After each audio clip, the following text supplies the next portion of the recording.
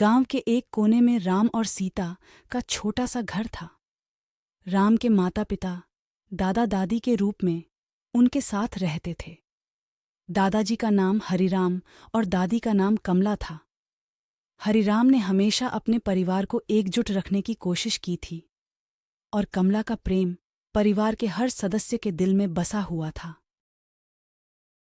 एक दिन राम की बेटी छोटी मीरा स्कूल से घर आई और उदास चेहरे से बोली, पापा, आज हमारे टीचर ने कहा कि हमें एक परियोजना बनानी है जिसमें हमें अपने परिवार के सदस्यों के बारे में लिखना होगा। राम ने मुस्कुराते हुए कहा, अरे वाह, यह तो बहुत अच्छी बात है। मीरा ने निराश होते हुए कहा, लेकिन पापा, मुझे समझ नहीं आ रहा कि मैं दादा दादी के बारे में क्या लिखूं। मेरे दोस्तों के दादा दादी उनके साथ नहीं रहते, वे तो अपने माता पिता के साथ ही रहते हैं। राम ने मीरा को गोद में बिठाया और प्यार से समझाया, मीरा, दादा दादी हमारे परिवार के आधार हैं। उनके बिना हमारा परिवार अधूरा है। वे हमारे लिए एक मार्गदर्शक हैं और उनके अनुभव हमें जीवन की हर कठिनाई का सामना करने में मदद करते हैं। राम ने मीरा को बताया कि कैसे हरिराम और कमला ने पूरे परिवार को साथ रखा और मुश्किल समय में भी अपने प्रेम और समझदारी से सबका साथ दिया।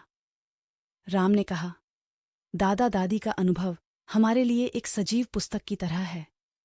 वे हमें जीवन के मूल्य, संस्कृति और परंपराएं सिखाते हैं जो हमें हमारे जीवन में सफलता पाने में मदद करते हैं।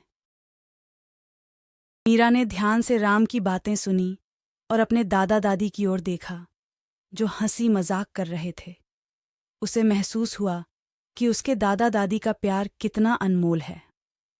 अगले दिन मीरा ने स्कूल में अपने परिवार के बारे में एक अद्भुत परियोजना प्रस्तुत की जिसमें उसने दादा दादी के प्रेम और उनके महत्व को बड़े ही सुंदर तरीके से बताया। उस दिन के बाद से मीरा अपने दादा दादी के साथ और भी अधिक समय बिताने लगी। हर शाम वे उसे कहानियां सुनाते और मीरा उनकी कहानियों से जीवन के महत्वपूर्ण पाठ सीखती। वह समझ गई थी कि दादा दादी का परिवार में होना कितना महत्वपूर्ण है।